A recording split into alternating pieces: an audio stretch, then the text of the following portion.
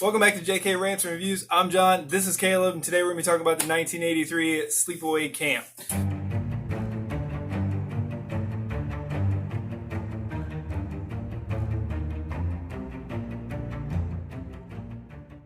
This film was written and directed by Robert Hiltzik. Robert Hiltzik. Starring Felissa Rose as Angela, Jonathan Tiersten as Ricky Bobby, and of course Desiree Gold as Martha. And that's the most terrifying character in the film, if you ask me. Aunt and Mommy Martha. Save Martha! Why did you say that name? Why did you say that name? This movie is probably... How should I word this? As a teenager, I knew what it was, but I hadn't seen it yet. It was kind of one of those underrated gems. And I actually saw it later in life. I want to say I was 19 or 20, and I just happened to rent it, and I have not turned back. It's a favorite. I don't know if I've ever seen this movie before. I heard a couple of the reviewers I watch talk about it, and I've always managed to duck and dodge because they're pretty good about not wanting to spoil this movie. Because if you're spoiled, if the movie's spoiled, it ruins a lot of the magic, unfortunately. So most people that review and talk about this movie are smart to work their ways around it. This movie definitely has a Friday the 13th vibe, but it also has a spoiler that if it's given away, it takes away from the whole movie experience. And he can totally attest to this, because this was recent. So right now, this will be spoilers, so if you haven't seen it, go watch it. Yeah, we watched it on Amazon Prime. It's fantastic. Be open when you go to see this movie, because it's not like anything you've seen before. If you see some bad acting, just hang in there. It all goes full circle. Yeah, and trust me, there's plenty of other things out there with even worse acting. And This kicked off a career of one of the biggest names in horror, and that's Felissa Rose. Right. So, yeah, give it a chance. Yep. So now we're going into our spoilers, so run if you haven't seen it. The kills! Oh my god. This has some of the most inventive kills of any 80s horror film ever, and it just keeps looping them through. So I've got to ask, what's your favorite? There's something about the simplicity of the bees kill. It works. It's innocent. It looks like nothing happened, and I like the build to the kills. Like everything looks innocent up until the end where everything goes nuts. Yeah. And I don't know, for some reason I like the bee kill. Yeah. I don't know. Mine technically isn't a kill. It's getting pedophile cook hard boiled. Yeah, that was good. The effect For 1983. Oh my, I've blown up my hand with fireworks, don't ask. And it looks really good. Like, really good. Like, I was like, so good. Yeah, so I've blown up my hand too once. I had the punk. Remember when Black Hats used to be super fast? Yeah. I was a little kid, and I was so scared because the wick on it was a little short, and as soon as I heard that, I threw the punk, and I remember, as soon as it left my hand, I was like, oh! I just had enough time to look at my hand. I was like, boom! Oh my god! I just took off running. God, that hurt. So yeah, that brings back some memories. Yeah, mine was a little worse than that. We're not gonna share that story with the world. But yeah, the kills and the effects. I see a lot of people mention that the effects aren't great. However, if you look at them and even compare them to some of the modern films in B-rated horror, they're really good. Yeah, the practical effects in this movie, especially for not having big names at the time, like Tom Savini was in the original Friday the 13th and really did some great work in that movie. This is probably even lower budget than Friday the 13th. I don't know the I'll budgets. have to look that up. Yeah, we'll have to look at the budgets. It's pretty low budget. I mean, you can tell with the acting, the cinematography is not too bad, but the practical effects shine through, especially for almost 40 years ago. I would have to say that if there is one takeaway from this film, it is that it definitely opened the door for a long burn in a horror film slow burn in a horror film and so many kills. I can't get over that. So many kills. And the interesting thing about this movie is it's Friday the 13th. We're going to reference Friday the 13th a lot because it's very similar for a certain time. For the budget, for the premise of the movie originally. The setting. But this movie is like I was thinking about it the other day. It's like ogres have lairs. Right? That's what this movie has. A lot of layers to it. Like, and it's so funny because it kind of catches you off guard with the cheesy acting and with some of the cheesy drama and some other stuff like that. And then as the movie goes and goes, and in the third act, everything starts to unfold, and you're like, oh my god! And that ending, you're just like, I mean, it just everything, it goes full circle, and it just.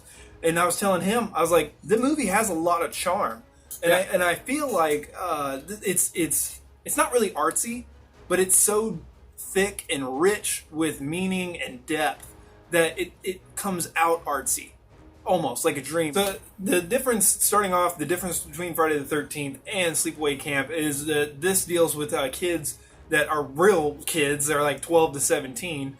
And they actually look like children that are just barely in their teens. And it deals with like some real language and real hormonal issues.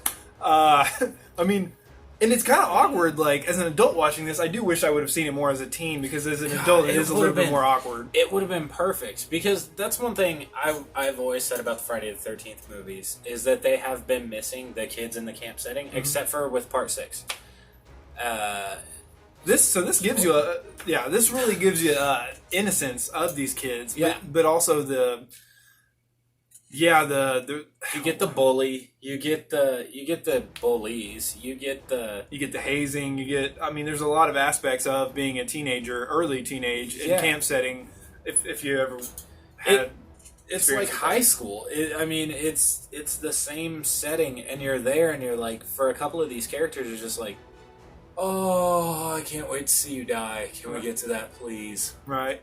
So, real fast, we're going to blast through this real quick. So, we start off boating, and the boat gets away from them. They're not paying attention. Boom, it hits the dad and the two kids in the lake. And you see the guy on the shore. It's like, John, no. So, we cut to the future, and we got the two kids. We've got Angela and Ricky with aunt/mom Martha, who is clearly out of her gourd. And oh man, and it's that cheesy artistic kind of acting. It's this weird clean, and she's colorful and off. The first like 10 seconds you're like, what the, and then after a little bit you're like, this is kind of scary. She's working it. Yeah, she's working it. How far she's selling it. Yeah, like in our job we see lots of people, but that is a new level of nope. Yeah, they talk to themselves, but they don't pause and really talk to themselves. Yeah. That was creepy. And then, so then they go to camp. Ricky is returning. This is Angela's first year. Ricky's already got some friends and a gal he was already hanging out with. And so we kind of get an established friendship vibe, and he kind of fills in the gaps of what goes on at this camp. And then immediately you cut over to the creepy dude and the head of the kitchen chef dude. And that's like, wow, that's also some bad acting, but has a weird charm to it that goes with the feel of the movie, the flow of the movie. That guy, watching that guy get burned was like the best part of the film for me. So right away, Angela, you can tell, is not out in the open very often. She's very closed off, having issues. So then, what's the main dude with the tight shirt and short shorts? God, what's his name? Captain Buffman. Hang on. Oh, what's his name? Just go. Ronny. I think it's Ronny. Yeah, he's always got the shorty shorts and the muscles and everything's way too tight. He's the buff guy. Yeah, pulling the haircut. Anyway. He tries to get Angela over to, like, maybe if Angela eats something special, maybe Angela will come out and talk, or Angela hasn't eaten, maybe that'll help. So trying to connect. Yeah. Trying to connect. And brings Angela to the cook. And little does he know, because he's an idiot, the cook brings Angela back into the pantry and attempts to rape Angela. Yeah. Yeah. And then Ricky happens to come walking in, and the cook turns around and just starts beating the crap out of him, like holding him up against the shelf and like, you didn't see nothing. Yeah. Nothing. And you're like, what? And it's weird because you get some cheesy acting, but then you get some real hardcore tension, and you're like, wow, is this about to go down? Like, Angela's cornered. And then Ricky comes in, and you're like, oh my god, like, is Ricky going to get killed? Like, how far are we going to take this? And then, thank God, everything de-escalates, because that's really early on in the movie. But then, it escalates when he's over that huge pot of corn. And all of a sudden, you just see this hand reach out and pull the chair out, and it's like, you're sitting there and you're like, Right. This is the part, though, I will have one little negative because I don't like that he looks down and once again, Friday the 13th did a good job of trying to give nothing away about, like, the height or I know you, I don't know you, your age or anything like that. But this one was like, hey kid, if you stop that, if you help me out, I'll get you an ice cream cone or whatever he's saying. Yeah. And right then and there, it's a kid. Obviously, it's going to be one of your main characters, at least this early on in the movie. That's what we're thinking. So anyway, that I kind of wish you would have just freaked out a little bit. They would have sped that up a little bit. I wish, but anyway, it's not. I'm not saying. For me, I would have just edited that out. So spoiler alert once again. Angela's the killer, right? So doesn't kill the head chef dude, but sends him to the hospital. Names. Yeah, and that was pretty cool. How he goes out and like his screaming, for as cheesy as his acting was, his screams were amazing. Like, yeah, that was painful. He looked like he was in pain. That was painful. So from there, I believe we go to the bees, and that was nice. Like I said, it's just a creative. It was just calm and Right. And it's building that tension. And also the bee stings and the agitated allergy reaction skin again looks so good. Even by today's standards. Like I've watched some recent bee slasher movies and they're not as good at graphics. Yeah. Wow. Right. Wow. There was a lot of thought and time put into this movie. You can tell. Anyway, then we go to the. Is that where we get boat? So then the boat gets knocked over and he's underneath it singing to himself because he's being weird and his friends are up on the dock because they just got done swimming naked.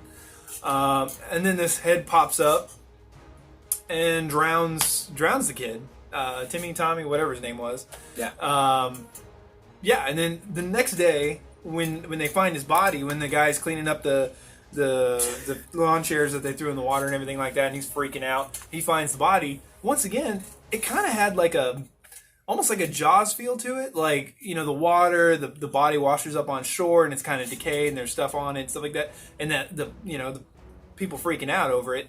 And once again, it looks like an innocent kill. Like, oh man, boy drowned. But now we got another kill. It's a little bit more vicious and hands-on. And Mel's starting to freak out. Right. Speaking of Mel, once again we go back into the kills. Mel is hitting on this gal who we're just going to say she's 18 to make it less creepy. Maybe 18. She goes, so like there's a line of girls waiting to use the shower. And then she's like, well, I'll just go use the shower next door. Why didn't anyone else think about that? Because she's a counselor. Maybe she had a key and they didn't. Maybe. So she goes next door, taking a shower, gets stabbed in the back, holds down, and then rinsed off. The kill itself is really cool because it's like through the back of the shower and just down and down and down. Right. That part is cool. What he's about to say is where we get goofy. Right, and then so Mel goes looking around for her. We're kind of hopping around here a little bit, but he goes in and she's in the shower, which is, God, man, we're getting creepy. But then she falls forward, and like the shower curtain was holding her up because the knife was taken out. Yeah, this is like what, at least an hour later. I think the way they made it in chronology, like something like that. Yeah, it's a good chunk of time between her shower and her body falling out at Mel. Yeah, it was a jump scare. Yes, that totally reeked of Friday the 13th. Well, like, no, she'd been on the floor for the past hour. Like, come on, man. Like, that was like... It's still fun. And again, the wound down her back looks good. It looks good. After she falls out of the shower, which we have talked about being a ridiculous feat, Mel's acting in this moment, I'll get you, right. I know who did... And it's not like a quick, like, freak out. It's like one of those... movies from the 40s or 50s where you have to be that big on the screen to be captured, and it's just goofy. Well, it's really goofy. And the thing, I think this is a negative for me too, I think, is if Martha is going to be out of her mind cuckoo back in the clock, don't have another character that's doing a similar thing.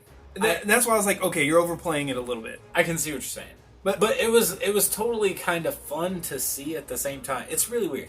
Again, if you haven't seen this movie and you've made it this far, stop. There's spoilers. Go watch it and then laugh at us for talking about his acting chops. Once again, free on Amazon Prime. Then we got the Judy kill, who has been a turd this entire movie to basically everybody. Paul, Ricky, Angela, everybody. She's been a giant turd.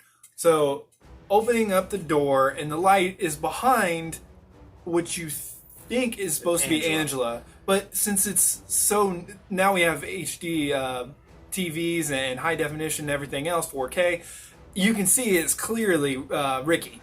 And back in the day, they did put Ricky in that doorway with a wig on to make you think... To kind of distort it. To be like, I'm not sure who that would be. Right, because by now I was sure it was Angela. Well, yeah. But then when I saw that, I was like, okay, it's Ricky. Come to find out, no, it was really Angela. Like they meant it to be Angela the whole time. So then you got Judy, laying down there and pillow over the head, curling iron that's hot, inserted.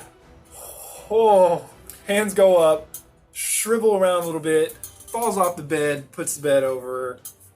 Wow! If you have questions about this kill, Felissa Rose has an interview where she discusses exactly what happened. Right. Feel free to search for that. Right. We're a PG kind of channel, so this is as hardcore as we can go. We'll have moments with a couple movies, probably, but we're not going to start here. Eventually, if we have a Patreon, we'll do more rated R stuff because we can separate ourselves from this normal channel, which anybody can find.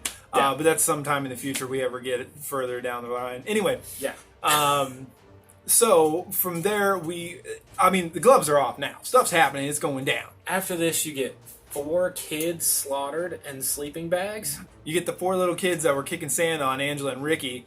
They go off on a little hiking adventure, and they were going to go to sleep. Well, apparently they're going to night forever.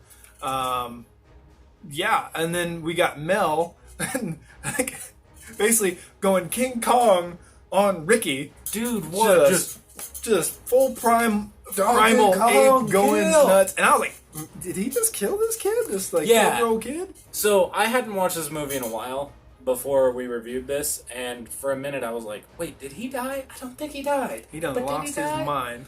And then we get Mel's walking around in a completely rip-off of Friday the 13th with the archery scene. However, this one's better. Right. Because it's a cutaway kill in Friday the 13th. Here, they show it. And it's done really well. It looks good. I think it's, and I'm just saying, this is just my opinion, I think it looks better than Kevin Bacon's arrow through the throat. Shots fired. I mean, I'm not trying to say, there's nothing against Tom Savini, the Kevin Bacon kill. I just think they did a great job. I don't want the kills to go over. You're not going to make that? I'm not going to make a comparison. Alright. We take the high road. It looks really good. It does. From there, Paul's tried to make his move on Angela a few times. It's been shut down. And now, Angela's like, okay. Let's go skinny dipping. Let's do this. So, we got, what's his name? Ronny Guy, the tight shirt, muscles, yeah. Way too tight. For my liking. So, he's going around trying to find out what's going on with Deputy Dewey with the worst mustache of all time ever. It's up there. God, when they really highlight it when he comes through the door and you can see it's like a $1.90. No, it's like from the dollar store. It's bad. Yeah. They roll up on Angela and Paul, and Angela's naked and Paul's naked. Well, they go up and they just see Angela petting his head, and his head looks like he's smiling. And then Angela goes and stands up, and then you see just the severed head hit the floor. Boop, boop. Well, the ground. And then Angela turns around.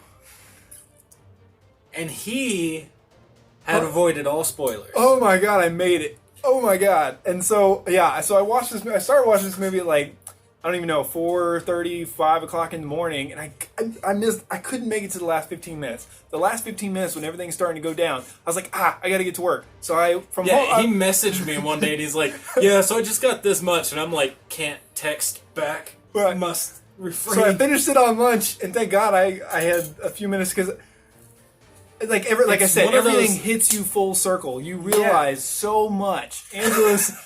When Angela's standing there, on full-on display, everything hanging out, mouth wide open, and just the freakiness. I almost laughed for a second because it reminded me of Beetlejuice when they pull open the mouth, and that's how that looked, and it looked kind of goofy. But then my brain flipped to how many layers and the psychology of everything, and the kill that just happened, and the intensity, and the fact that still standing there with a knife, right? Yeah. And it's just like, and then it ends, and I was like, oh, I kind of wish they would have apprehended Angela, but it ends perfectly, because that scene, it's not like the scream would make you think that Angela's not moving, but it's a shot in time. It's like it's a frozen piece of time. Like it's like 2 seconds froze for like 20 seconds, basically. Yeah, it's not meant to be like a long shot of just somebody like this. It's actually,